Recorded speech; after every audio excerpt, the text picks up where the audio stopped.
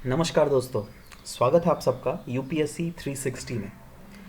आज हम लोग देख लेते हैं water mass and thermohaline circulation. Oceanography का ये पार्ट है जो क्या छूट गया था। So we will not leave any part unturned, right, जब तक आपका मेंस आ जाए। Alright, so water mass and thermohaline circulation ये है क्या? तो इन दोनों कॉन्सेप्ट्स को एक साथ हम लोग आज के क्लास में देखने की कोशिश करते हैं ना। वाटर मास, आपने एयर मास पढ़ा है ना। एयर मास में हम लोगों ने क्या पढ़ा था? एयर मास में हम लोगों ने पढ़ा था दैट ये एयर मास जो है एक बड़ा सा एक्सटेंसिव एरिया में एयर का पैकेट है जिसमें होमोजेनस कैरेक्टरिस्टिक्स देखने को मिलते हैं। जैसे वहाँ का टेम्परेचर है ना, और वो भी हॉरिजॉन्टल ग्रेडियंट में सेम रहेगा। जैसे सोचो यहाँ पर अगर टेम्परेचर T1 T है तो यहाँ पर भी T है, यहाँ पर भी T है, यहाँ पर भी T है, यहाँ पर भी T है। वैसे यहाँ पर अगर T2 है, यहाँ पर भी T2 है, यहाँ पर T2 है, T2 है, T2 है। ठीक है, मतलब हॉरिजॉन्टल ग्रेडियंट ऑलमोस्ट सिमिलर रहेंगे, बट वहीं पे वर्टिकल ग्रेडियंट लेकिन नहीं रहते। क्यों? क्योंकि लैप्स रेट के कारण भाई। जैसे अब अगर लो हाइट से अगर अपर हाइट जाओगे तो लैप्स रेट तो होगा ही ना भाई, तो उसके कारण जो है चीज़ें नहीं होती है similarly. Anyways, but horizontal gradient जो है ये ओवरऑल एक एक्सटेंसिव एरिया में thousands and thousands of kilometres तक जो है ये सिमिलैरिटी हो सकती है। वैसे ही कुछ आपका जाके वाटर मास का भी कॉन्सेप्ट है, ठीक है। बट देखिए अब क्या होगा ना, जब भी आप बुक्स पढ़िएगा ना तो वाटर मास में लिखा हुआ रहेगा that it is a homogeneous body having various characteristic similarity in water body, right, but it is not as such. यहां पर जो वाटर मास होती है ना वो एक्सटेंसिव एरिया में जब वाटर का डेंसिटी सिमिलर होता है तो उसको हम लोग वाटर मास कहेंगे। ध्यान दीजिएगा, टेम्परेचर और सैलिनिटी का मैं यह नहीं बात कर रहा हूं, बट कुछ कुछ बुक्स में जो है ये भी इंक्लूडेड किया हुआ है, शायद मिसप्रिंट होगा। बट एनीवेज आपको ये समझना पड़ेगा दैट अगर एक बड़ा सा कॉलम है वाटर का, वहां पर अगर 2 पॉइंट में डेंसिटी अगर सिमिलर हो देन हम लोग उसको वाटर मास के कैटेगराइजेशन में लाएंगे, ठीक है। वैसे वैसे एक बात चीज आपको बता देता हूं दैट कोई भी वाटर का जो है ना वेरिएबल पैरामीटर्स के ऊपर उसके कैरेक्टरिस्टिक्स डिफाइंड होते हैं। जैसे ये पैकेट ऑफ वाटर है, ठीक है, तो यहाँ पर वाटर का आपका जगह टेम्परेचर कितना है, सैलिनिटी, डेंसिटी, है ना, वहाँ पे आप वेरियस गैसेस कंटेंट जैसे ऑक्सीजन, कार्बन डाइऑक्साइड, ये सब सारे कंटेंट्स को देखा जाता है। अब देखो ये सब बहुत ज़्यादा वेरिएबल होते हैं, तो इसलिए these are not the deciding factors as such, ठीक है। बट यहां पर जो है ना मेनली टेम्परेचर, सैलिनिटी और डेंसिटी में देखा जाता है दैट टेम्परेचर और सैलिनिटी जो है ये अलग अलग होने से भी ऐसा हो सकता है दैट डेंसिटी जो है ये सिमिलर हो। तो इसीलिए जो वाटर मास का जब भी हम लोग आपका जाके कैलकुलेशन करते हैं, क्योंकि हम लोगों ने क्या देखा इसका दैट एक्सटेंसिव होमोजेनस बॉडी जहां पर वाटर का डेंसिटी वाला प्रॉपर्टी जो है वो सिमिलर होना चाहिए, राइट।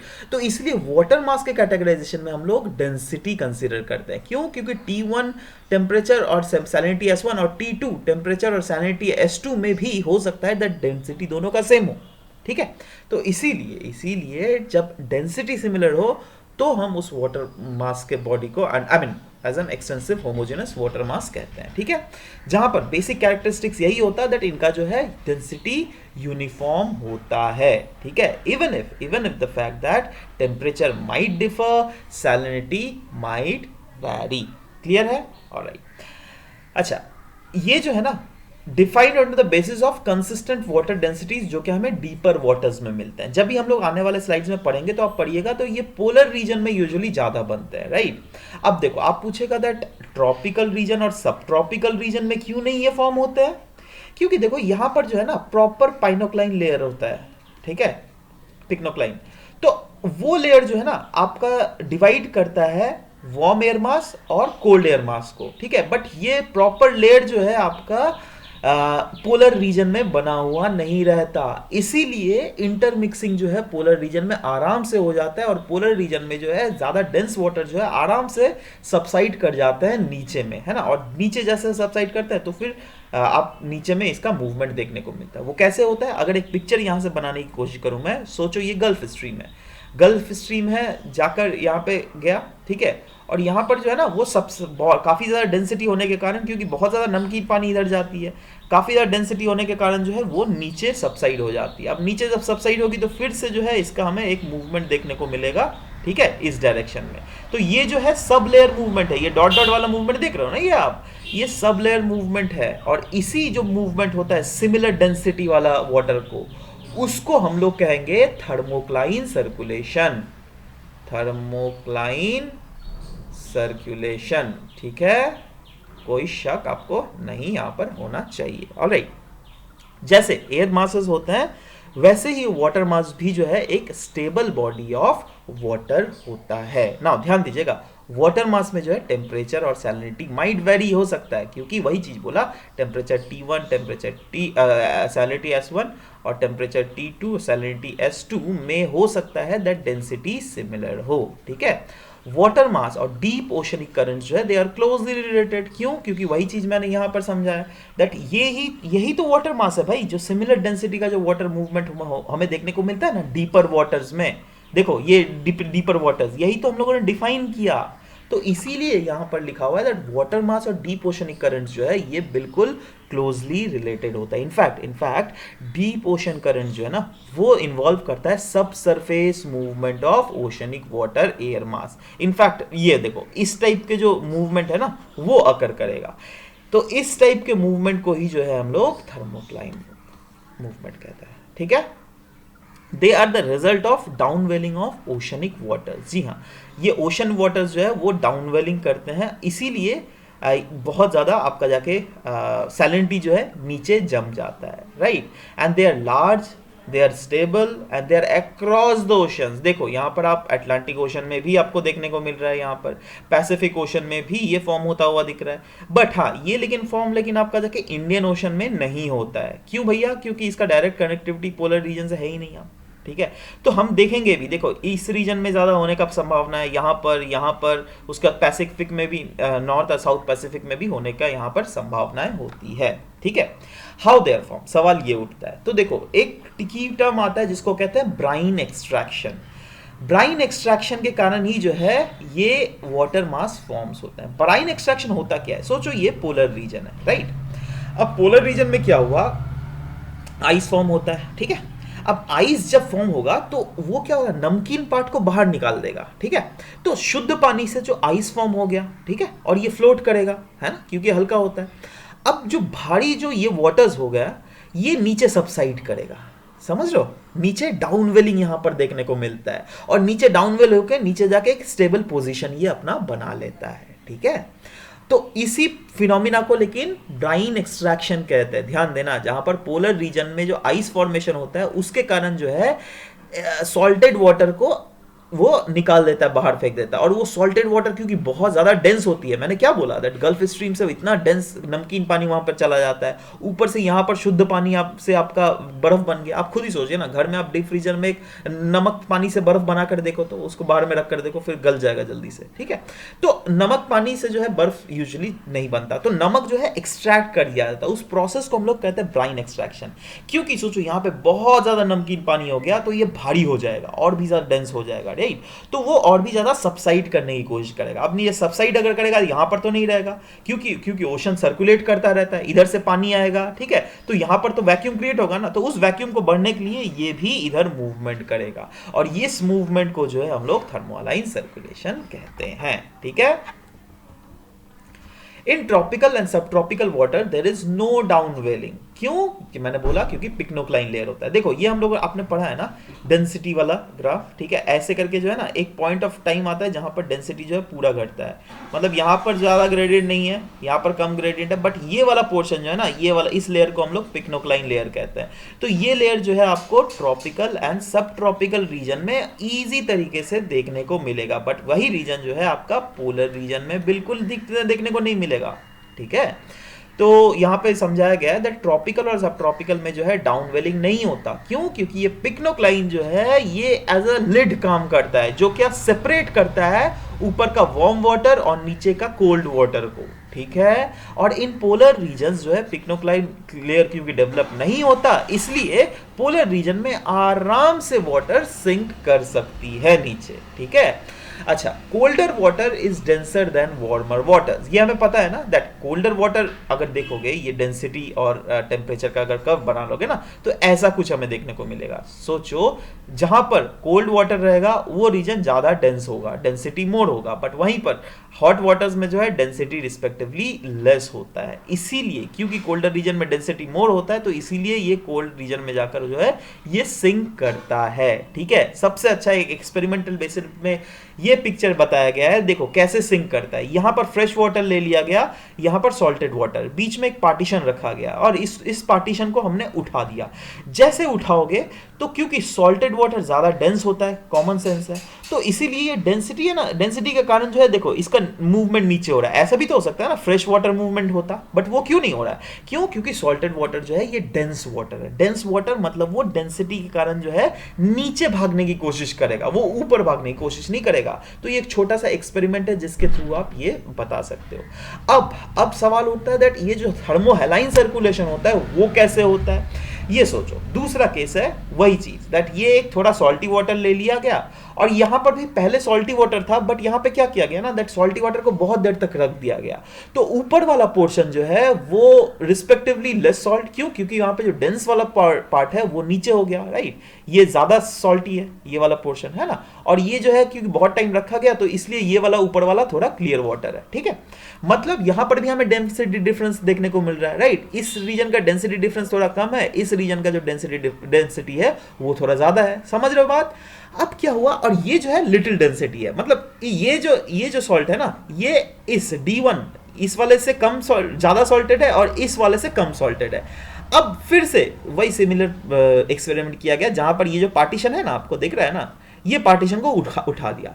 जैसे उठाया ये देखो नीचे तो ये पहले से बहुत ज्यादा सॉल्टेड वाटर था, है ना, ये बहुत ज्यादा सॉल्टेड वाटर था और ये ऊपर वाला फ्रेश हो गया था वाटर।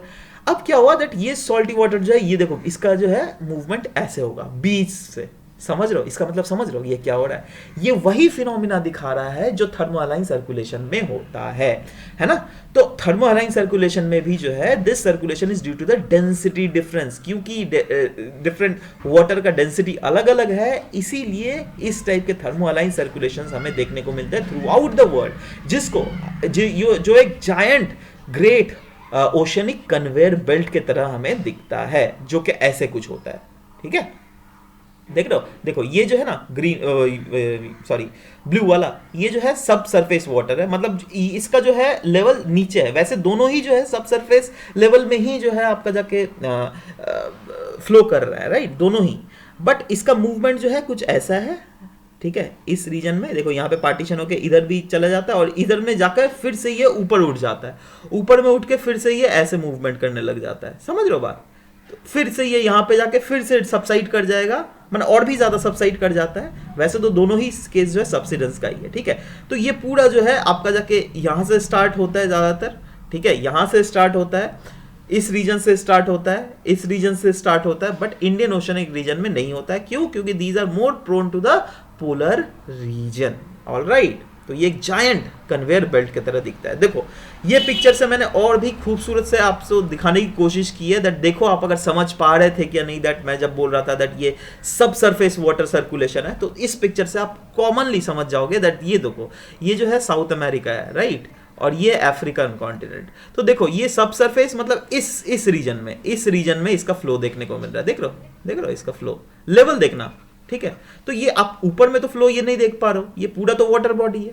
ठीक है, बट सब सरफेस लेवल में हमें ये फ्लो देखने को मिलता है। ठीक है, क्लियर है? चलो अब हम देखते हैं दैट कितने वाटर मासेस सोर्स रीजन होते हैं दुनिया में। तो देखो यहां पर जो है नॉर्थ पैसिफिक, जैसे कि मैंने पहले ही बोला दैट अगर आप वर्ल्ड मैप भी बनाते हो ना इस टाइप से, देखो वर्ल्ड मैप भी लेकिन बनाना सीखना चाहिए इंसान को। ठीक है, जल्दी से, क्योंकि बहुत आपका मदद देने वाला है ये वर्ल्ड मैप। ठीक है, देखो इसी बहाने वर्ल्ड मैप भी आप सीख ही लो। ठीक है, माफ कीजिएगा ये इंडिया को ही मैंने क्या, चलो एनीवेज, चलो समझ गए, है ना। तो यहां पर एक फॉर्मेशन वाला रीजन होता है, यहां पर इनफैक्ट दो फॉर्मेशन वाले रीजन होते हैं, राइट। तो बेसिकली यहां पे लिखा भी हुआ नॉर्थ अटलांटिक, जहां पे एल्यूशन आइलैंड्स है ना, इस रीजन में भी एक रीजन होता है फॉर्मेशन का, ये 1 ठीक है। उसके बाद साउथ पैसिफिक अंटार्कटिका रीजन में, देखो ये पैसिफिक ओशियन ही हुआ। इसके साउथ सदर्न रीजन में भी यहाँ पर भी एक रीजन होता है जहाँ पर ये फॉर्म होता है। नॉर्वेगन सी के सामने एक रीजन होता है जहाँ पर ये फॉर्म होता है। और यहाँ पे दो रीजन, जैसे कि मैंने पहले ही बोला, एक रीजन यहाँ, माफ कीजिएगा मैं इसको अगर, हाँ इरेजर हो गया, इससे मैं मिटा देता हूँ जिससे आप क्लियरली समझ जाओगे, ठीक है। ये देखो एक रीजन यहाँ होगा, एक रीजन यहाँ, ठीक है। तो दो यहाँ पर रीजन होते हैं फॉर्मेशन के, नॉर्वेगन सी एंड ईस्ट ग्रीनलैंड के आर्कटिक रीजन में। एक उसके बाद एक वेडल सी, देखो यहाँ पर जो है अंटार्कटिका भी है, ठीक है, ऐसे ही कुछ है ना अंटार्कटिका। तो यहां पर एक वेडल सी है और यहां पर जो है लेजरेव सी है, ठीक है। तो वहां पर भी हमें ये चीज क्लियरली फॉर्मेशन होता हुआ दिखता है। इनफैक्ट इंडियन ओशंस का अगर बात करें तो Indian ocean does not form water mass source region. देखो वैसे वाटर मास इंडियन ओशन से भी पास होता है, यहां पर हम लोगों ने देख भी पा रहे हैं, देखो ये देखो इंडियन ओशन से पास तो हो रहा है ना, बट यहां पर जो है सोर्स रीजन नहीं है वाटर मास का। ये रीजन जो है अटलांटिक और Pacific is a source region, but यहां पर भी आपका कैच है दैट अटलांटिक में जो है ना इसका सोर्स रीजन ज्यादा डोमिनेंट है विद रिस्पेक्ट टू पैसिफिक। क्यों? क्योंकि देखो पैसिफिक में जो है यहां पर मेनली फॉर्मेशन होता हुआ है, बट यहां से क्या होता है ना दैट यहां से जब भी आपका वाटर सबसाइड करके इधर आएगा तो बेरिंग स्ट्रेट क्योंकि रिस्पेक्टिवली बहुत नैरो पैसेज है इसीलिए इफेक्टिवली नहीं आ पाता है, राइट। तो इसलिए इफेक्टिवली यहां पर फॉर्मेशन नहीं होता है, मैं ऐसा नहीं बोल रहा हूं, वो दिख भी रहा है, राइट, बट इफेक्टिवली नहीं होता। बट वहीं पर यहां पर जो है क्योंकि एक बड़ा सा पोर्शन है खुला हुआ, यहां पर भी एक बड़ा सा पोर्शन है खुला हुआ, इसलिए इफेक्टिव तरीके से जो है अटलांटिक रीजन में ये फॉर्म होता हुआ हमें दिखता है, ठीक है। अच्छा, टाइप्स ऑफ वाटर मास। अब तीन टाइप्स ऑफ वाटर मास होता है। एक होता है सेंट्रल वाटर मास जिसका सी लेवल से जो है 1000 मीटर तक का आपका डेप्थ में बनता है। दूसरा है इंटरमीडिएट वाटर मास जो कि सी लेवल से 1000 से 3000 मीटर तक का डेप्थ में बनता है। तीसरा है deep and bottom water air मास जो कि 3000 से बिलो बनता है। राव, इसमें भी दोनों में कैच है, डीप किसको कहते हैं और बॉटम किसको कहते हैं। देखो डीप और बॉटम दोनों ही सेम होता है। से फॉर एग्जांपल इतना बड़ा अगर एक वाटर का पैकेज ले लो, राइट, तो ये आपका हो गया सेंट्रल, ये आपका हो गया इंटरमीडिएट, और इस पूरे को जो है डीप और बॉटम में ही मिलेंगे। बट इसमें भी अगर क्लासिफाई अगर आपको करना है, जो थोड़ा ज्यादा जिसका डेंसिटी होता है वो होगा बॉटम, ठीक है, और ये हो गया डीप, ठीक है। यही एक छोटा सा डिफरेंस है, ठीक है। तो यहां पे वही चीज बोला गया दैट देखो गल्फ स्ट्रीम जो आता है यहाँ पे इंटरमिक्स होता है, यहाँ पे बेसिकली ब्राइन एक्सट्रैक्शन फिनोमेना हमें देखने को मिलता है इस रीजन में, जिसके कारण जो है आपका वाटर जो है सबसाइड करता है, ठीक है। ये आप समझ लो, रेड वाला जो है ये सबसाइडेंस का एरो है। तो यहाँ पे क्योंकि वाटर सबसाइड करता है इसलिए क्या हमें देखने को मिलता है दैट सबसाइड करके जो है फिर इधर मूवमेंट इसका देखने को मिलेगा, राइट, सदर्न साइड में। अब यहां से और एक पैकेट है जो क्या मेडिटेरेनियन से निकलता है, वो भी इसको ज्वाइन कर लेता है, ठीक है। तो ये तो एक आपका सर्कुलेशन, आप थर्मोहालाइन सर्कुलेशन देखने को मिल रहा है। दूसरा जो स्टार्ट होता है वो वेडल और लजरेव सी में हमें देखने को मिलता है, जहां पर deep and bottom air mass, water mass, माफ कीजिएगा एयर मास मेरा निकल रहा है। ये देखो वेडल सी, ये लजरेव सी है, ठीक है। ये है साउथ अमेरिका और यहां पे कहीं ना कहीं अफ्रीका होगा, ठीक है। सो ये चीज हमें दिखने को मिल रहा है। तो यहां से भी जो है एक डीप वाटर का हमें फॉर्मेशन होता हुआ दिखता है। अब वो कैसे होता है, देखो नदर्न पार्ट से अगर देख लो, नॉर्वेगन सी जो स्टार्ट होता है वहां से north Atlantic deep water mass आता है, ठीक है। और इधर से वेडल सी से जो है आपका जो कि ज्यादा डेंस होता है, यहां से Antarctic bottom water air mass और Antarctic deep water air mass, ये दोनों हमें देखने को मिलता है। जहां पे हम लोगों ने बोला दैट यहां पे इन दोनों को वैसे हम लोग डीप एंड बॉटम में ही गिनेंगे, बट क्योंकि बॉटम वाले का थोड़ा इसका density respectively deep water mass से ज्यादा होता है, तो इसीलिए ये रिस्पेक्टिवली पूरा बॉटम से सट के जाएगा, राइट। बट वही चीज जो है यहां पर अंटार्कटिक डीप वाटर एयर मास जो है वो रिस्पेक्टिवली इससे थोड़ा ऊपर रहेगा, बट ये दोनों जो है इससे ज्यादा डेंस है, राइट। तो इसीलिए इसका मूवमेंट कुछ ऐसा हमें देखने को मिलेगा, ठीक है। और ये क्या है, ऑफ कोर्स डेंसिटी, क्योंकि इसका इन दोनों का, इस रीजन का डेंसिटी यहाँ पे पॉइंट भी सेम है, यहाँ पर भी डेंसिटी सेम है, यहाँ पर भी डेंसिटी सेम है, और वैसे ही इस वाटर मास का भी यहाँ पर डेंसिटी सेम है, यहाँ पर डेंसिटी सेम है, यहाँ पर डेंसिटी सेम है, यहाँ पर डेंसिटी सेम है, यहाँ पर डेंसिटी सेम है। वैसे ही इसका भी यहाँ पर डेंसिटी सेम है, यहाँ पर डेंसिटी सेम है, यहाँ पर डेंसिटी सेम है, यहाँ पर डेंसिटी सेम है। भले ही ऐसा हो सकता है दैट यहाँ पर जो है टेम्परेचर T1 हो, S1 हो, यहाँ पर जो है टेम्परेचर T2 हो, S2 सैलिनिटी S2 हो, यहाँ पर हो टेम्परेचर T3 हो, सैलिनिटी S3 हो। वैसे ही यहाँ पर भी सिमिलर चीज, टेम्परेचर आपका T4 हो, सैलिनिटी S4 हो, यहाँ पर T5 हो, सैलिनिटी S5 हो। ठीक है, तो भले ही वो मैटर कर सकता है, बट डेंसिटी जो है वो सिमिलर होता है। क्यों? क्योंकि हम लोगों ने प्रॉपर पहले ही देख लिया दैट वाटर मास का ही कैरेक्टरिस्टिक्स ही होता है दैट वो डेंसिटी सिमिलर हो सके। ठीक है, अच्छा, ब्राइन एक्सट्रैक्शन, यहीं पे वही चीज मैंने बताया दैट ये आपका बेरिंग स्ट्रेट के स्मॉल पोर्शन ओपनिंग के कारण जो है यहाँ पर मतलब पैसिफिक में जो ब्राइन एक्सट्रैक्शन होता है ना, वो उतना इफेक्टिव नहीं होता, इसलिए मूवमेंट अलोंग पैसिफिक जो है वो ज्यादा डेवलप नहीं होता as compared to the movement along the Atlantic ocean. ठीक है, ये आपको क्लियर हो जाना चाहिए। और ये रीजन है जहां पर ये फॉर्मेशन होता हुआ हमें दिखता है। ठीक है, ये और भी ज्यादा प्रिसाइज वे में आपके पास सामने प्रेजेंट किया गया है। ठीक है, so this was all about the discussion that we had for today's class of water mass and thermohaline circulation. आशा करता हूं that ये आपको अच्छे से समझ में आया होगा। ठीक है, so this was all about the discussion that we had. Bye bye, take care, and PDFs जो है इसके रिगार्डिंग आप नीचे में डिस्क्रिप्शन सेशन में लिंक दिए गए हैं जहां से आप डाउनलोड कर सकते हो। तो चलिए, bye bye, take care and thank you for listening to the whole video. Thank you very much.